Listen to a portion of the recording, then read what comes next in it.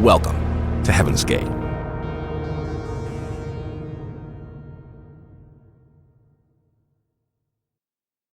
Don't forget, you can find new episodes of Heaven's Gate 1 week early and ad-free on Stitcher Premium.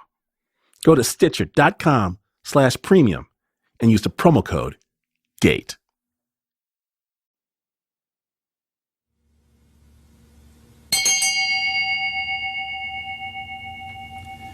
Welcome to Beyond Human, the last call. I'm Doe. Doe, also known as Marshall Applewhite, the leader of Heaven's Gate when they met their end in 1997. This is a recruitment video made around 1992. We have a big picture to try to portray to you. It's a low-rent production, like a public access cable show. Applewhite sitting in front of a blue background, just a couple of potted plants hinting at a room. And Applewhite's head, it fills up the screen. He's got this white hair cut into kind of a ring, asexual bangs. You don't know us. You don't know what we represent. Applewhite stares straight into the camera, at you. Change. It's just like that caterpillar has to drop. His mission is clear and relentless. He's proselytizing. He wants to convert you. Now, I know I sit here petrified because I know that there you are saying, oh, so you're the second coming? Applewhite keeps tackling your doubts or the questions he imagines that you're having.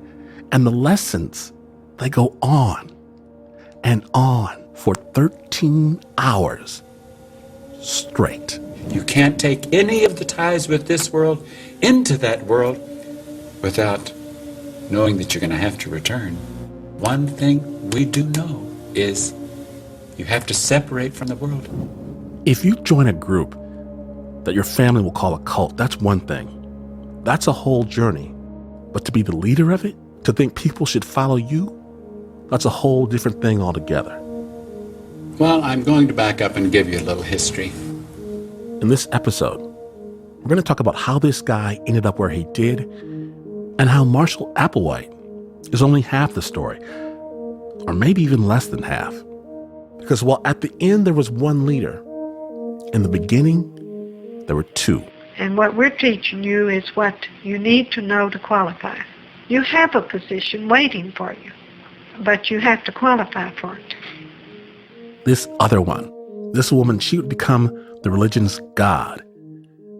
And Doe, Marshall Applewhite, at the end would be her prophet and her interpreter to the world. And he would also become, as far as many people are concerned, a murderer. This is Heaven's Gate, Episode 2, The Two.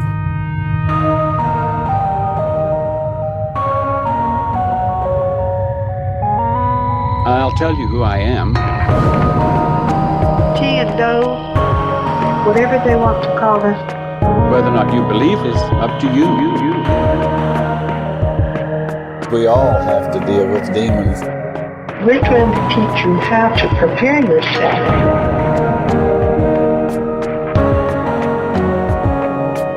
You are members of the next level. The next level.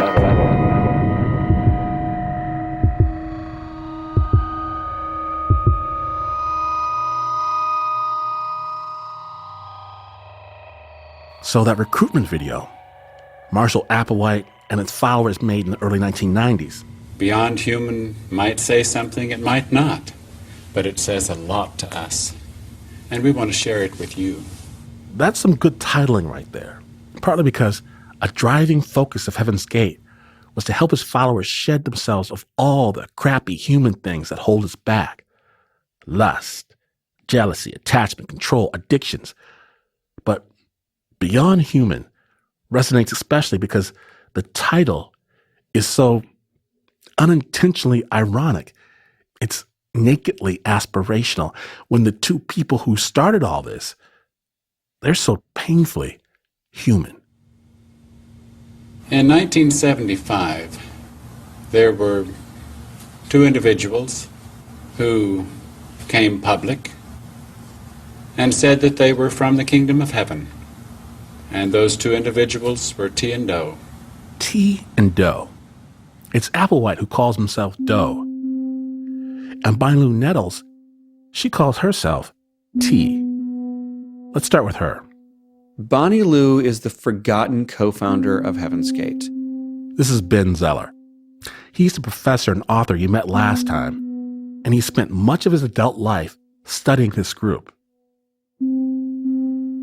Bonnie Lou is a traditional, sort of conservative-looking older woman. She's sort of a comfortable middle age, shall we say. She's a mom, too, of 4 kids, and in 1972, she's a nurse at a big hospital in Houston. This is her in nurses school, and this is her yearbook. And there she is right there. This is Terry Nettles. She's Bonnie Lou Nettles' daughter, and she's the eldest of the kids. Terry lives in Dallas now, and despite everything that's happened, all the pain that Heaven's Gate brought, she is still a big fan of her mom. This looks like Mom. Her hair is curled. It's still short, not as short. And there's her nurse's pin. I can show you her nurse's pin in there. In this photo that Terry's looking at, Bonnie Lou is holding a baby in the maternity ward. She's wearing a 60s nurse uniform, and there's a teeny tiny nurse cap floating on her big Texas hair. She seems pleasant, nurturing.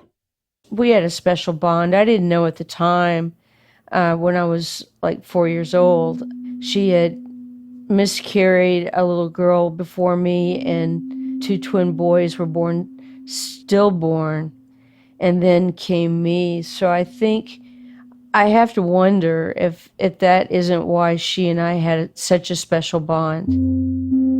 She was my best friend, and I've never had a friend like her in my life.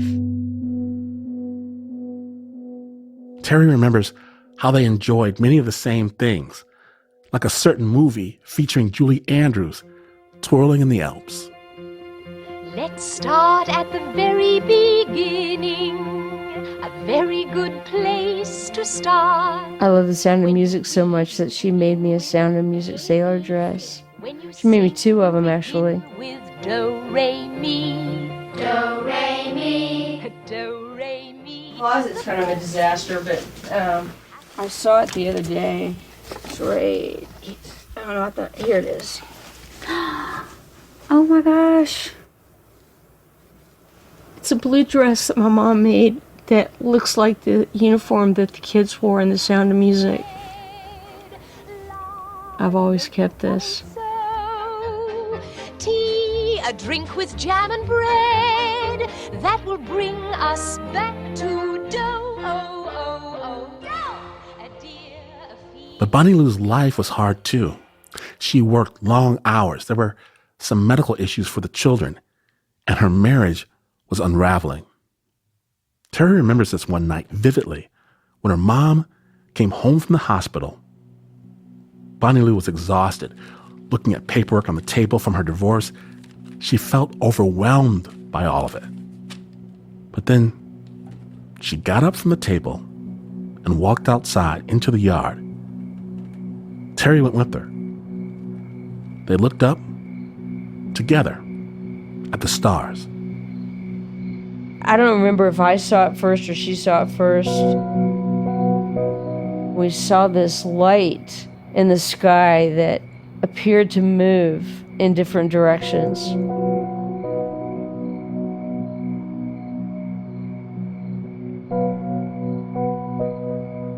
We would talk about how neat it would be if it were a UFO and it would come down and pick us up and take us away. And we would speculate about what it would be like and go into different planets, and because both of us wanted to leave this earth. You know, we didn't like it here. We didn't feel like we belonged here.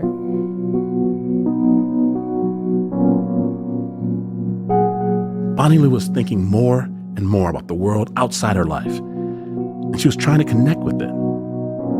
She'd become a fan of a spiritual practice called theosophy. It's kind of like religion plus.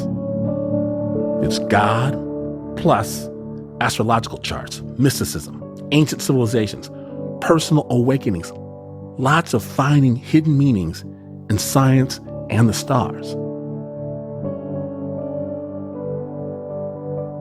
In the early days when I was 4 years old, my mom's sister called, my aunt, and I said she's playing her astrology game. More than a game. She started doing people's charts on the side, and she even got an astrology column in the local paper. My mom told me it was a gift from God, and so I had no reason to doubt what my mom said. Bonnie Lou's interest became passion, and then her passion became more. Bonnie Lou felt she had gained certain abilities, certain insights. She didn't just read the stars. She claimed that she could access spirits from beyond the grave who could help her read the stars. So it wasn't just her who would tell you your future. She could communicate. One of her main spirit guides was Brother Francis, who was a Franciscan monk from beyond the grave, who would come back and help her read the stars and tell the future. She talked about Brother Francis a lot. She did charge for people in my family and friends of hers. And she didn't want it to just be something that was thrown aside. She wanted it to help them. And she even did it for Herf, and that's how they finally met up. But we'll get to that meeting in a second. First, Marshall Herf Applewhite, the dough to Bonnie Lou's tea. So to understand Herf, you have to understand that it was a long journey for him. Applewhite was born in Texas in 1932. And at first, he was drawn to the church. Evangelicals, fire, brimstone, the chosen people of God, that kind of church. So first he goes to seminary to be a minister like his dad. I mean, that's what he knows. But he's not happy there. He drops out. He decides he wants to study music. He joins the army for a while. He's working for a while at university. He's working for a while directing musicals. But he loses his jobs. And he ends up sort of bouncing around. He moves to New Mexico for a while. And eventually he runs this sandwich shop called the Sunshine Company. Which, come on, why wouldn't you buy your lunch at the Sunshine Company? But he's not a particularly good sandwich maker, and he can't keep his sandwich shop open. So he ends up, again, sort of unemployed and basically unemployable, because what can he do? He can sing. He's good with people, but, he can't make a career out of it. Soon, Applewhite's out of work. By his mid-30s, he's divorced. He's estranged from his 2 kids, and he's lonely for complicated reasons. To me, the key to understanding Applewhite is not his sexuality. Yeah, he was bisexual. We say he was closeted bisexual. He was only sort of closeted. He was pretty out in the musical community. Yet, when he talked about his sexual failings, it was never, oh, I feel so bad that I'm gay. Oh, I feel so bad that I'm attracted to men. It was, oh, I feel so bad that I can't make a relationship work with anyone. So it wasn't his bisexuality, his attraction to men, that troubled him. It was his failure to connect to anyone on the human earthly level. In the early 70s, for unknown reasons, things we could not understand, my life began to suddenly fall apart. Applewhite told part of this story in the Beyond Human recruitment tapes. It had been a very stable life, an acceptable life, or certainly one that was considered legitimate and had respect to it in the community, as did T's life. And her life separately began to fall apart. Herf's life in this period diverged from sad and disappointing to desperate. Maybe even more so than Bonnie Lou's. Herf starts to have these intense spiritual experiences where he feels a calling. He hears the voice of God, and God tells him that he has some sort of mission. There's something more to his life. And he can't process them. He knows God wants him to do something, but he can't figure out what it is. The voices are deeply frightening to him. They're deeply overwhelming to him. This is not some sort of comforting reassurance. It's okay, Herf. You've gone through enough in your life. You're going to get better. It's all going to be okay. That's not what's happening. These are voices which are challenging him. Now, this is where a lot of you might throw a flag on the play. On one hand, a guy hearing voices doesn't seem a grade A candidate to spiritually lead others. But on the other hand, if you wanted to find someone who thinks God is speaking with them as crazy, yeah, I suppose he's crazy. But then we're going to have to put a whole bunch of people in that crazy box. We're going to put St. Teresa. We're going to have to put Jesus. We're going to have to put Peter and Paul. If you want to put all the people in the history of the world who think Jesus or God or Christ or Krishna have talked to them into a crazy box, go ahead, but realize that all the religions in the world are going to end up crazy. And that moment of crisis, of seeking and scrambling, is where Bonnie and Herf's stories collide in Houston in 1972. From that moment, my life changed very significantly. In a moment, the two begin their journey together.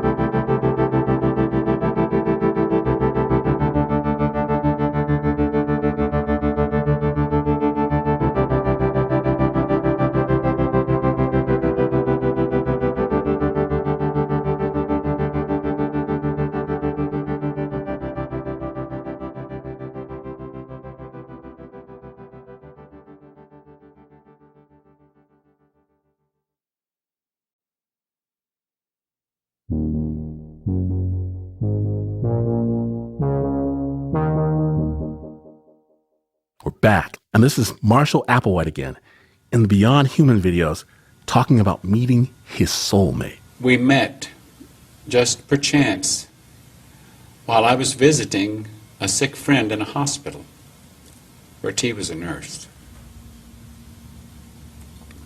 From that moment, my life changed very significantly. Herf and Bonnie Lou meet in Houston, Texas in 1972. They met in a hospital when Herf was visiting a friend and Bonnie Lou Nettles was working there. There are other accounts of this moment. Applewhite's sister would say he was there because of a heart blockage. Others claim he was getting treatment for mental illness, but there's no real evidence for that. What we know for sure is that these two people ran into each other and they started talking. She does his astrological chart for him. She says that his fate is tied to her fate. His life is sort of at a wit's end. He is completely ready for a transformational moment. Bonnie Lou has the answer because Bonnie Lou can read the stars.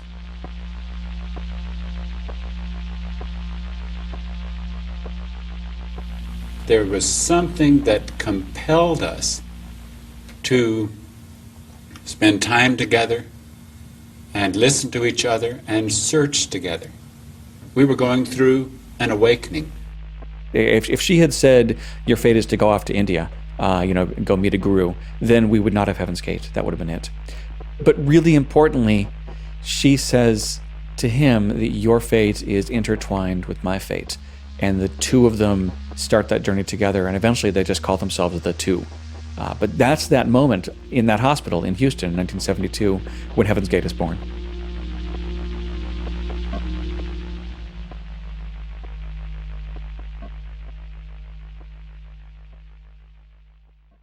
Bonnie's daughter, Terry, is a teenager at this point, living at home with her mom.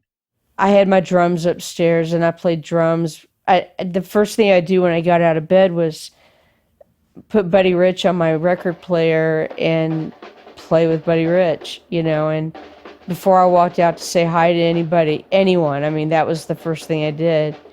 And I remember going downstairs and Herf was there.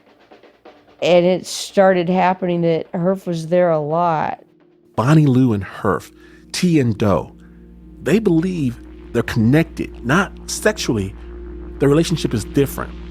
They've got great things, divine things ahead of them. That's their fate.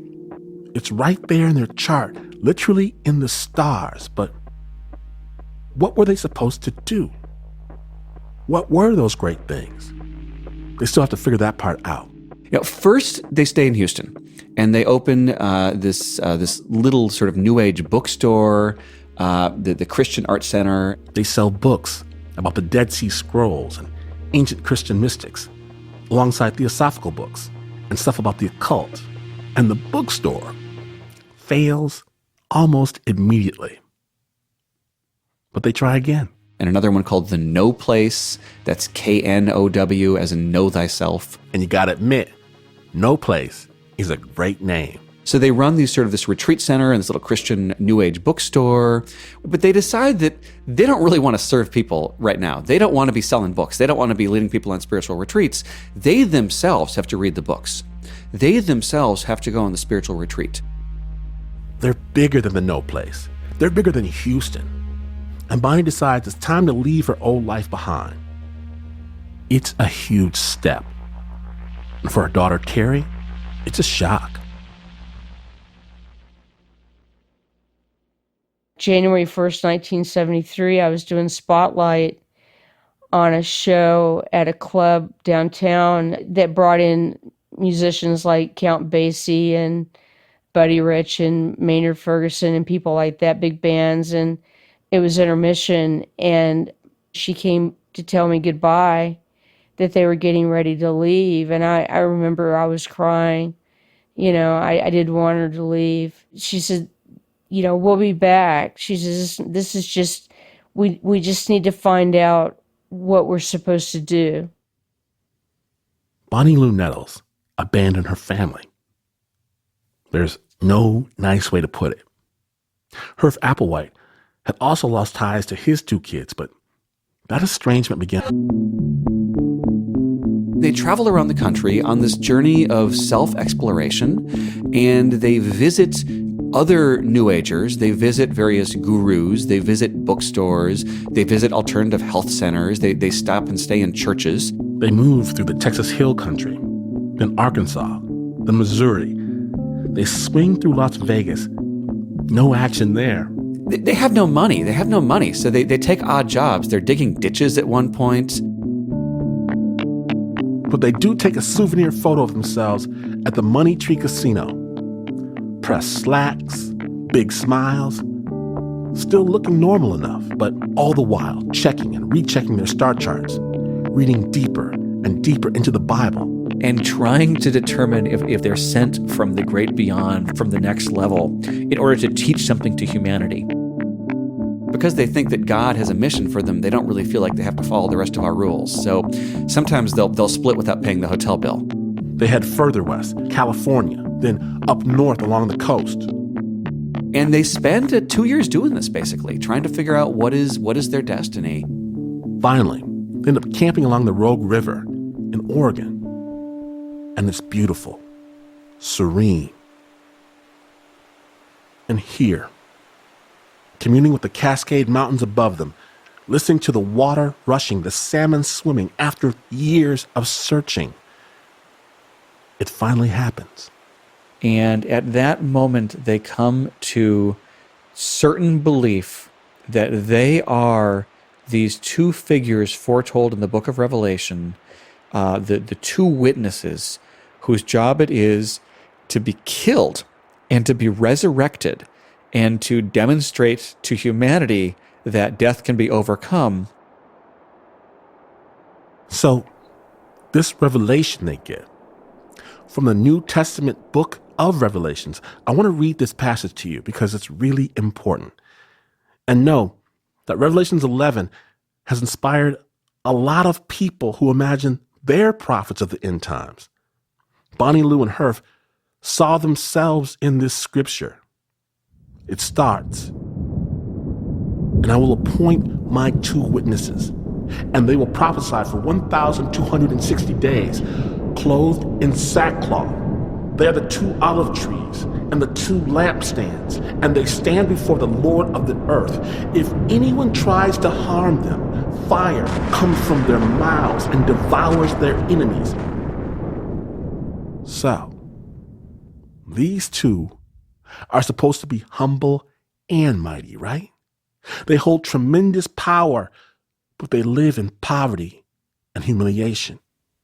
But it's not just that. They're delivering a message about God that is so scary to the listeners that they're going to be killed for it. And then there's this. But after 3.5 days, the breath of life from God entered them, and they stood on their feet, and terror struck those who saw them. They heard a loud voice from heaven saying to them, "Come up here." And they went up to heaven in a cloud while their enemies looked on. So that's what's in Revelation. And that's who Bonnie, Lou, and Herf realized they were. They were the 2. God sent them to bring a terrible and beautiful prophecy about the end times to the earth. They were going to live an ascetic life and suffer and preach, and then be struck down for their truth. And then God would resurrect them to demonstrate to one and all his truth and his glory. Yeah, this is big and breathtaking and crazy sounding. But I want to tell you, inside a religiously defined worldview like the one I grew up in, all of this is normal. In apocalyptic circles, the 2 witnesses are a big deal.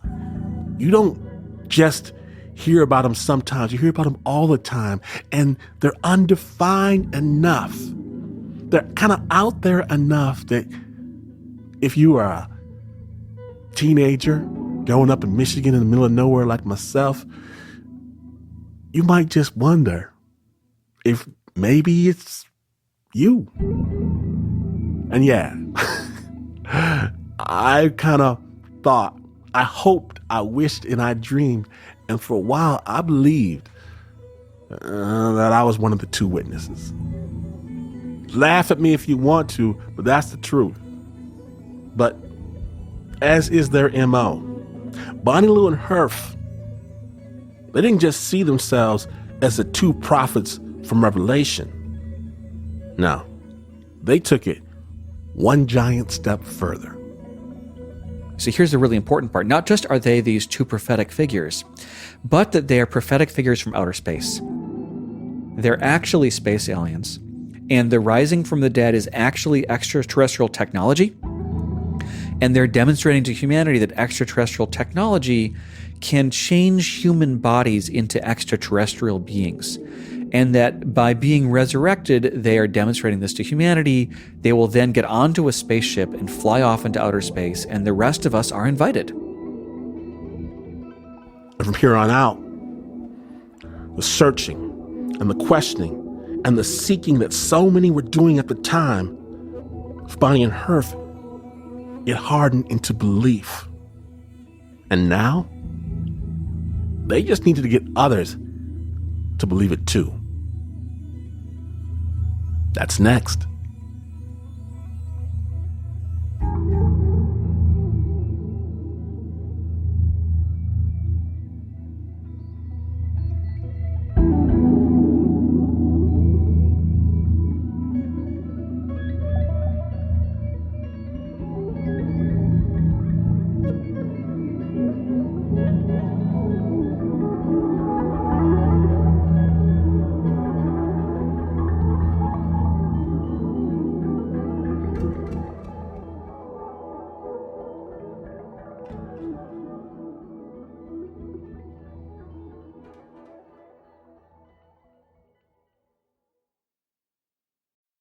If you're a fan of the Heaven's Gate podcast, maybe you're interested in cults themselves, the mystery, the manipulation. Cults are associated with all of this, but what really goes on inside a cult? In fact, what goes on inside the minds of the people who join? What's their story? If this interests you, check out the podcast, Cults. Each episode of Cults aims to explore the biographical profile of a cult's leader or leaders and how people can be persuaded and manipulated to not only join a cult, but even commit crimes. The hosts analyze evidence. They share real audio tape from cult leaders and members. The Cult's team of researchers bring to light little-known facts about each cult as they analyze their story. So visit Apple Podcasts, TuneIn, Spotify, Google Play, wherever you listen to your podcast, and search for Cults. Again, that's CULTS, Cults. Or visit parcast.com/cults to start listening now. That's Parcast, PARCAST.com/cults to listen now.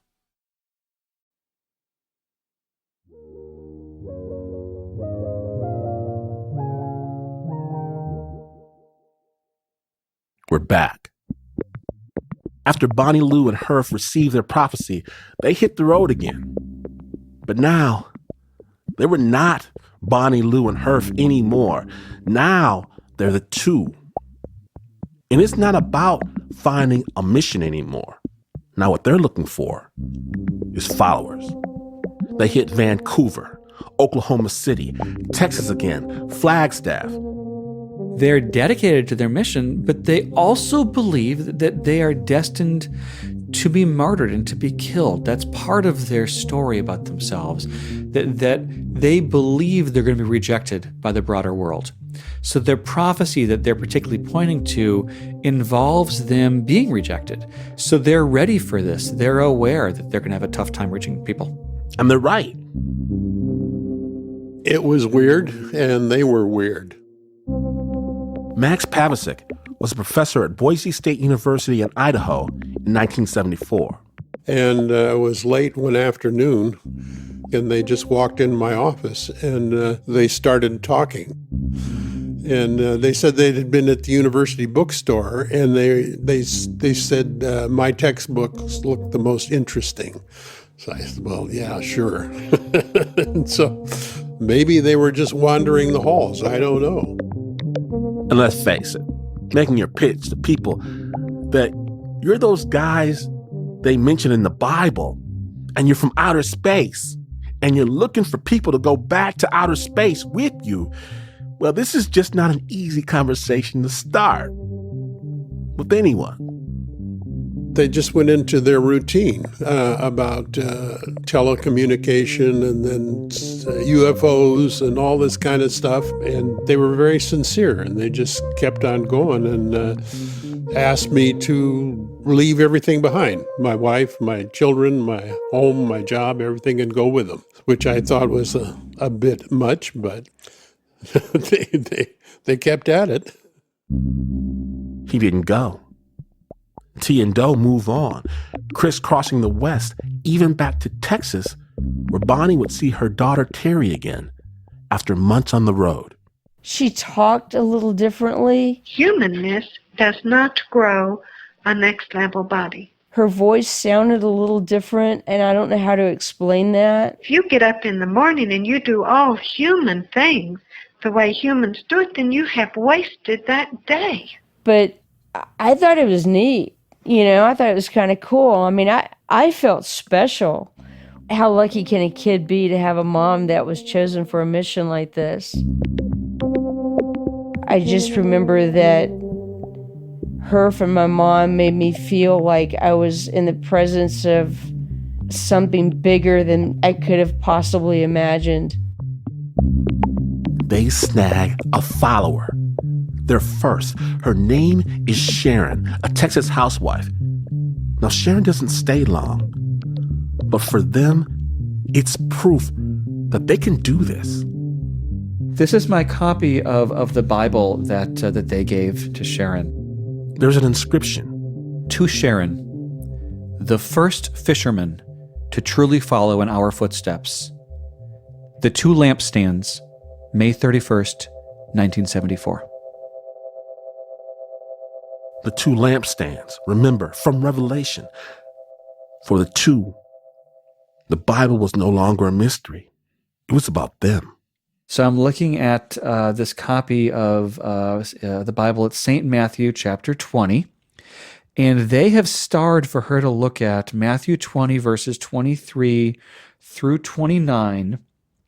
And they actually underline verse 29. So I'll read it for you in case you don't have your copy of Matthew. This is Matthew 20:29. And everyone that hath forsaken houses, or brethren, or sisters, or father, or mother, or wife, or children, or lands, for my name's sake, shall receive an hundredfold, and shall inherit everlasting life. So that's the advice which they're giving. Forsake your houses, your brethren, your sisters, your fathers, your mothers, your wife, your children, your land, your name's sake. People are going to think you're crazy. You're going to have abandoned everything you own, your families. If you do this, you shall receive 100-fold and inherit everlasting life. That's what they underline and star in this Bible they give her. And so you asked earlier about Nettles. Did Nettles ever talk about or feel guilt for having abandoned her family? If you look at this Bible, at this underlined, starred section, you can see in there Nettles' own recognition, Applewhite's own recognition, that they had done this. They had abandoned children. They had abandoned their name's sake. They had abandoned their lands. They had abandoned their spouses. But they were doing this because they believed that they were going to inherit everlasting life. And that was the blueprint for what they would ask of their followers. There was no going back, only forward.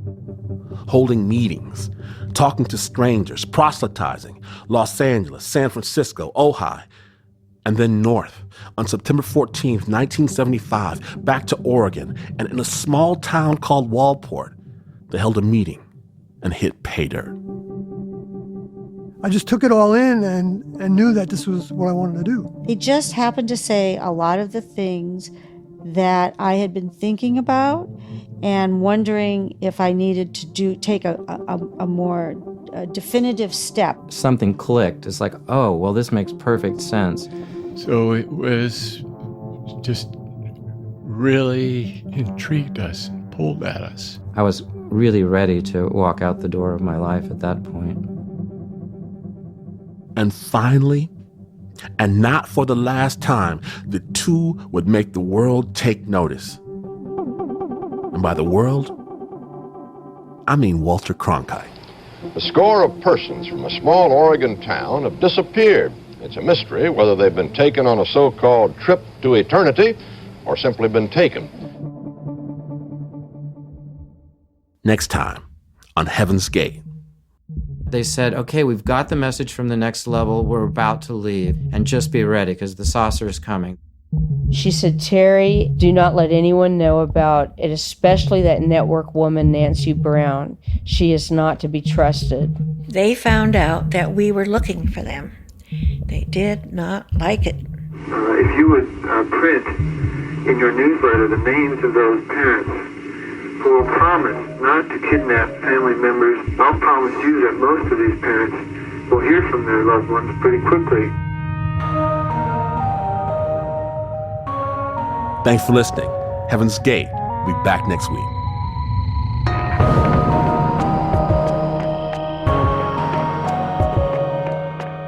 Our team includes Ann Hepperman, Barry Finkel, Diane Hodson, Josh Gwynn, Osa Secker, Jess Hackle, Ben Zeller, Dan Taberski, Peter Clowney, Casey Holford, Jenna Weiss-Berman, Max Linsky, and Chris Bannon. I'm your host, Glynn Washington.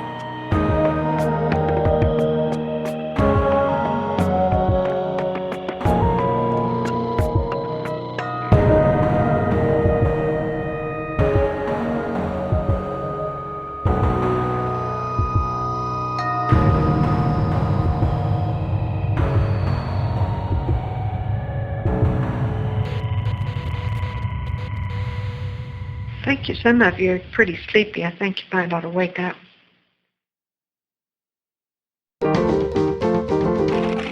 Stitcher.